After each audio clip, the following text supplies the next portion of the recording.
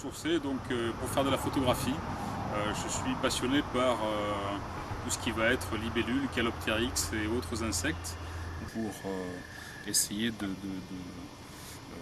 capturer des images d'animaux qui vivent au bord de la Lerne. Tu sais même, c'est un sacrilège de parler ici. On est ici simplement pour regarder, on ne va pas parler.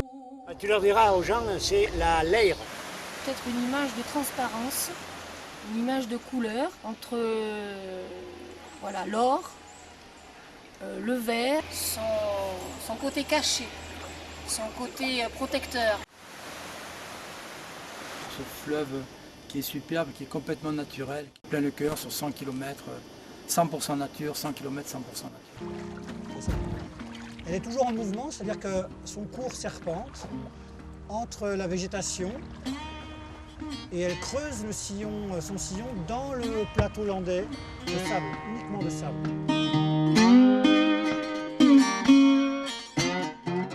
C'est un endroit un peu mystérieux, caché effectivement de la vue de beaucoup de monde, assez peu connu en réalité.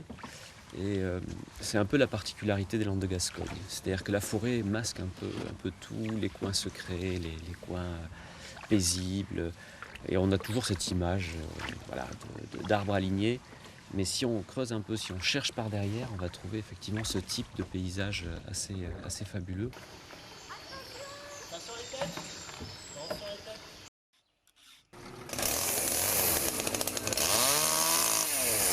Entretien léger qui est fait depuis le bateau.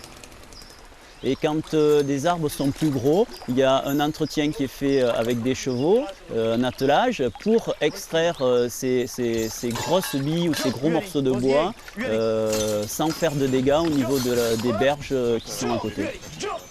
Et en général, dans une descente de canoë, les gens crient, s'esbrouffent pendant 10 minutes, un quart d'heure, une demi-heure. Et après, les gens s'espacent et la rivière fait son travail. L'Aire est une rivière où on a quand même quelques espèces intéressantes. Et l'espèce repère est notamment le brochet.